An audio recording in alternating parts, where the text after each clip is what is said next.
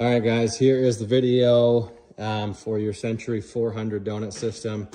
I have everything lined up kind of down into my warehouse. I just don't have the space here in my shop today to hook it up in a U shape like it's going to be oriented. So first point of power is the junction box on the proofer. 175 amps, 3-phase. 208 to 240, doesn't matter. I sent you pictures of the frame of this thing. It was torn down to the bare frame and built up from there. All new everything. All new wire pulled through the entire thing. New humidity sensors, all new wet and dry elements, new signal system, new motors. The chains were taken out and acid bath. The trays were acid bathed.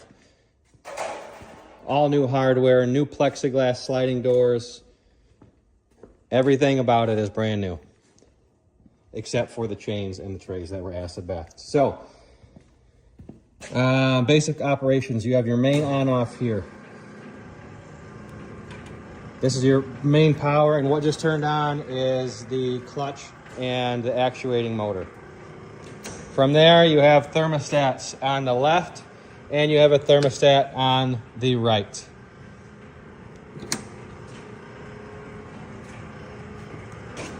Thermostats aren't going to do anything right now because I don't have, there's no water in the water boxes.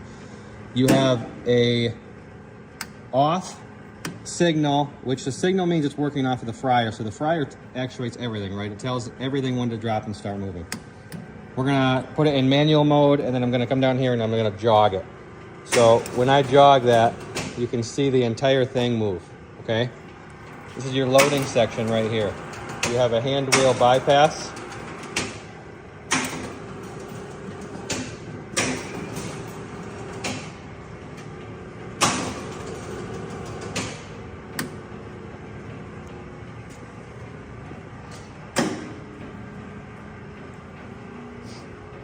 This emergency stop here kills everything on both sides. It literally kills the motor, it kills everything. So be wary of that.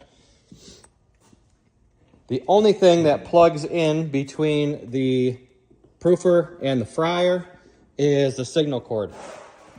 These two signal cords are for the dropper, the cake donut dropper. They are different than the proofer signal cord.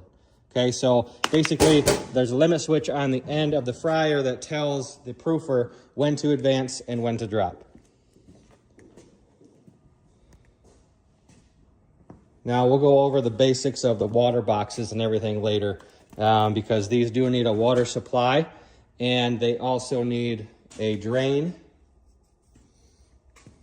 These are humidity sensors here. They're just a manual setting. And the lid on top of the unit is shipping separately. Well, it's shipping with it, but it's not going on so it can fit through your doors. Here is the exhaust on the fryer. The fryer has a brand new stainless steel tank.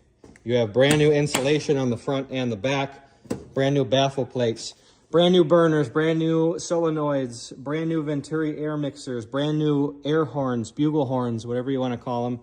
New thermostats, all new wiring pulled throughout, new fat melter motor, new digital thermostats, new fat melter pump. Again, everything is brand new. Here in the box, you have a brand new drive motor, speed board. Everything is DC so that you can control the speeds with a dial. Here's your conveyor speed right here. So we'll go ahead and turn these on. This is your left and your right heat. Controls the left half, controls the right half. Here is our conveyor.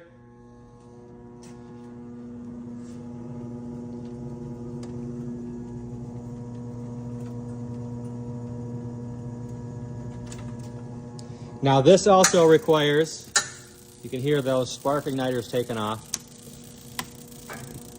This also does require 208 to 240 3-phase power here. This is going to be probably 75 amps. This controls everything in the fryer, and it controls every accessory conveyor except for the icers that were purchased later. Those are going to need independent power. and I'll go over that. I'm breaking the video up now so it's shorter.